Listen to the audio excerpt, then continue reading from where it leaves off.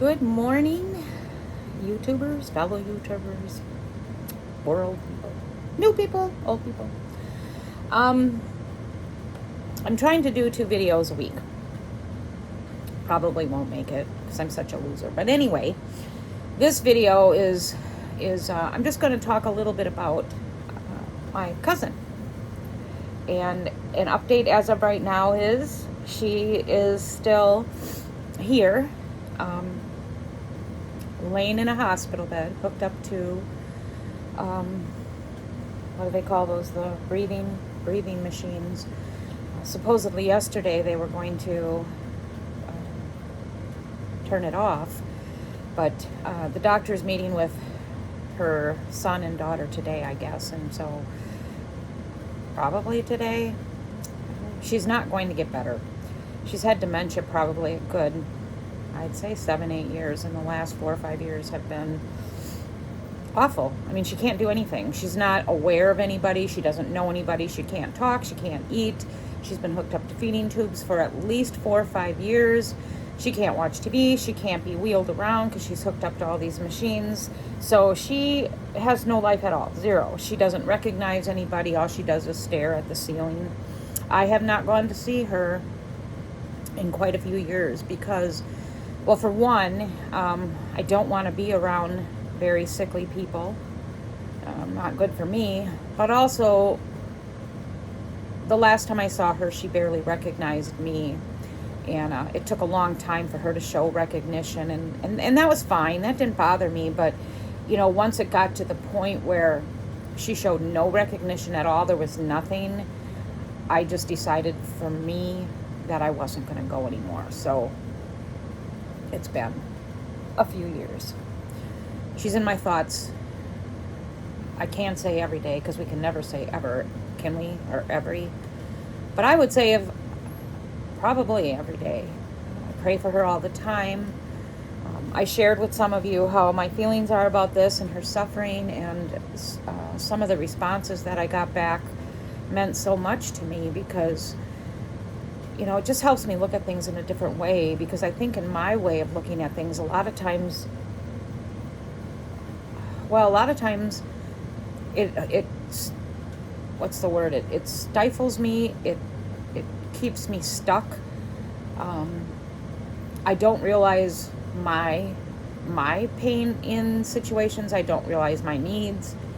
And that's not always good, because it's okay to look out for yourself. But I think in cases like mine, where you grew up the way I grew up and then had a marriage the way I had a marriage, you just tend to, yourself is always last. It comes last because, I was raising 5 kids, and then before I had kids and I was at home, I was looking out for 7 siblings. So I think it's so normal for me to just constantly think of others and looking out for others and how things affect them, what it does to them. So I just don't think of myself, or I put myself very, very last. And in this case, I just don't understand the level of suffering on her end. But one of the comments was maybe perhaps she wasn't suffering. I mean, if she's not aware, maybe she didn't know. And that gives me comfort. And then the other thing too is I kind of been wondering too, maybe their physical body is here for whatever reasons God wants it to be. I don't know that answer. And maybe I never will. Maybe when I get to heaven, he'll talk with me. But maybe she was left here for a purpose physically, but, she's been with God. I don't know. I don't know the answers to this. I don't understand any of it. I don't understand the purpose in a body laying here for 4 or 5 years that can't do anything. I mean, like I said, if she could watch TV, if she could eat, if you could take her in a wheelchair for a ride to enjoy nature, if you could talk with her, it's a life. She's had nothing. So that I don't get. Like in my case with this cancer, even though it's a terminal cancer and I have all kinds of side effects and issues, I have a life. I have a very full life. I get around. Even though my legs don't work, I have mobility. I have a scooter. I have a bike that I can ride. I have my walker. I can navigate around my house. So, I can eat. I can watch TV. I can go places. I can craft. I can make candles. So, I feel very much like I'm not sick. And so, from one sick person to another sick person with such a heaviness of disease, I'm just so grateful that despite what I have, I've had such a quality of life, and I still do. So, I'm going to post a couple of things that Rose has given me over the years. These are things that I still have daily in my home. I smile every time I look at them, which is all the time because the lamp is in my bedroom and the picture's in my bathroom, and you can't sit on my tiny toilet and not see the picture and smile. Rose is the oldest of all of the cousins. And so she was around our family when all this abuse and stuff was going on. Her family life wasn't that great either. Her dad was an alcoholic. He was out of the picture. I don't think I've ever met him. If I did, it was when I was a baby, and I surely don't remember. Her stepdad I did meet. He was an alcoholic too, and he beat Rose's mom. When he was sober, he was nice, but I witnessed some of those fights and some of those beatings, and so she didn't have the greatest life, but her mom was a better mom to her than my mom. They were sisters. So we go way back. Rose was we were very, very close. She was my Barbie friend. We would play Barbies whenever we got together, and I have so many memories of us sitting outside playing Barbie on the grass, and there's such wonderful memories. I have memories of as we grew and became teens, and we went to the nightclubs and danced. At that time, they had places where teens could go dance. No alcohol or nothing, just soda and water, whatever, and dancing. And that was one of Rose's passions, was dancing. She could dance from noon to the noon the next day. And I'm not exaggerating. The girl never sat down. She was a big girl, but that girl never sat down. No grass grew underneath her feet. That's what her mom used to say. No grass grows under her feet. And her mom was right. No matter how tired Rose was, it didn't matter. She'd show up. And she loved to travel. She loved guys. She loved to shop. She loved to eat out. Her and I loved all the same things. So when we got together, it was always, okay, where are we shopping? Even if we didn't buy, we just liked to shop. We liked to eat out, so we always ate out. We just bonded. We bonded from kids on all the way up until she got sick. When I got sick, I still remember to this day her phone call when she called me and she said, this is bad. And she started crying. And I said, yes, I know it's bad. Who would have ever thought just maybe less than a year later she would be diagnosed with dementia? And it took her. And I'm still here. And I still have my full faculties in my mind. Never saw it coming. I did notice little things when we would take our camper down there and camp in her backyard several times a year, all the way up until Thanksgiving. And in fact, we camped there in Thanksgiving, and we've camped in snow, we've camped in everything at her house. And there were signs, like I knew something was wrong, and for some reason it never occurred to me dementia. I don't know what I was thinking, but I knew something was wrong. I noticed sometimes when she would get up, she had wetter pants, and she wasn't even aware of it. And I'd have to tell her partner, Jim, Rose has wet herself, and then he would have to help her change, and she didn't even know. I would see her come out of her bedroom, like when we would stay there. Her and I always watched Hallmark movies and Christmas movies. No matter what time of year, that's what we watched. And I remember one time I was sitting on her couch, and she had gone into her room, and she came out with food, and I just kind of looked at her and I said, Rose, what are you doing? You're bringing food out of your bedroom. She said, yeah, I have to hide it. And then she asked me if I wanted any, and I said no, but that was weird. It was just weird. She had 2 grown kids, but they were never home, and she had a kitchen full of food, so there were just little things. Her driving was scary. It did get to a point, I remember, where I told Greg that I would no longer drive with her. She took me to get a haircut one time, and while we were waiting to go in, at that time I could still walk without any assistance, and we were waiting to go in, and a gentleman had walk up to her car door and stuck his head and came out of nowhere and asked if we had money. And I said no, and Rose said no, and I looked, my purse is right there, her purse is right there. And I said, Rose, put your window up and let's go. And she kept talking to this guy, and she was smiling and stuff. And I said, Rose, let's go. And I pushed the lockdown on the doors, and the guy kept looking at us, and Rose I said, Rose, let's go. I said, put your foot on the gas pedal and let's get out of here. And finally she listened to me. But it was weird. I mean, stuff like that, the old Rose would have never done that. She would have quick locked her door, rolled her window up, and pulled out. But she was like she was apologizing to the guy because she had no money. Another time, she had wanted us to pick up something for her at her work, and she had a very flexible job. She worked with older people that had disabilities, and at that point, I remember thinking she shouldn't be working. She's not capable of looking after herself, let alone others. Well, she called us because we were on our way to leave to go home. We lived about an hour and a half away from her, and she called us if we could please drop something off from her house. So we said sure, and I asked her, I said, well, what's the address of where you're at? She couldn't give me an address. And she started laughing. She goes, well, I don't know. And I said, Rose, you don't know where you are?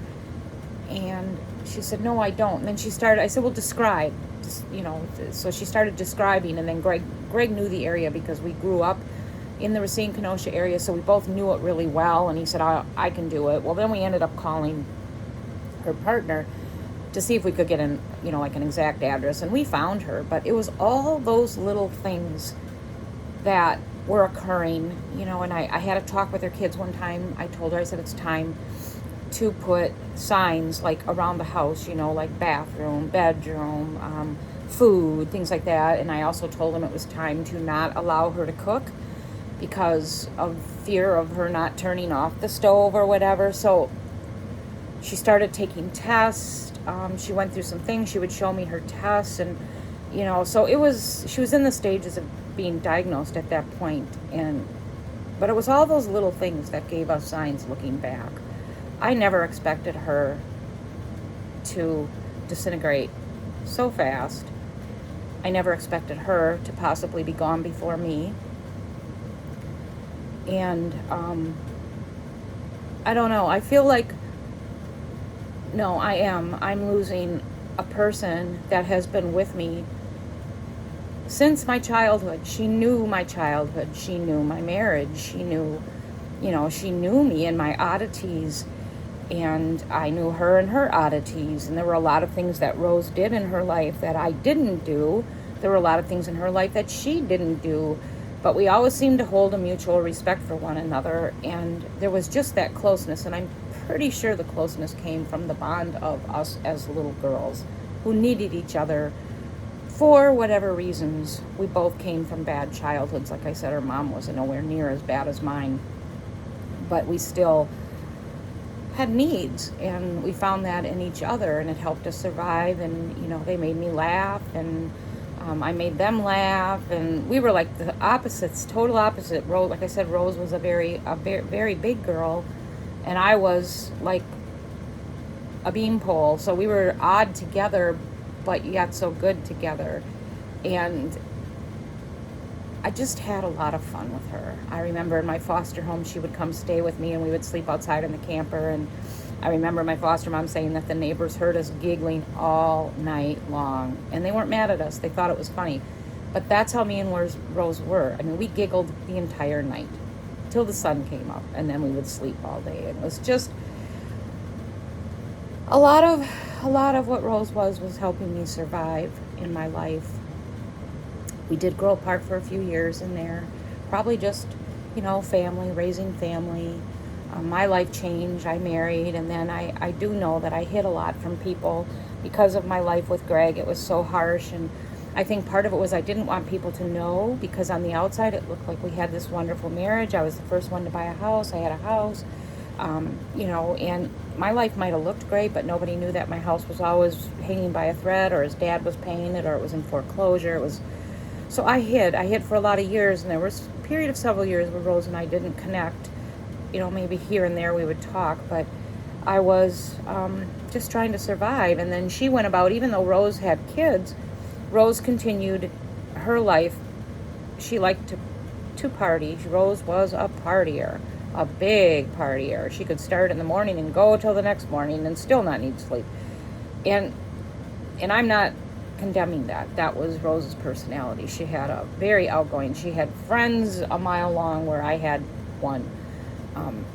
So she continued down her path, and I stayed on my path, raising my kids and hiding. And then we reconnected here and there, and then later we reconnected, and we stayed connected until she no longer could communicate with me. But so that's my life with Rose.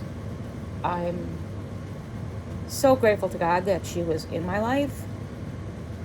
I can't pass a Barbie doll without thinking about her.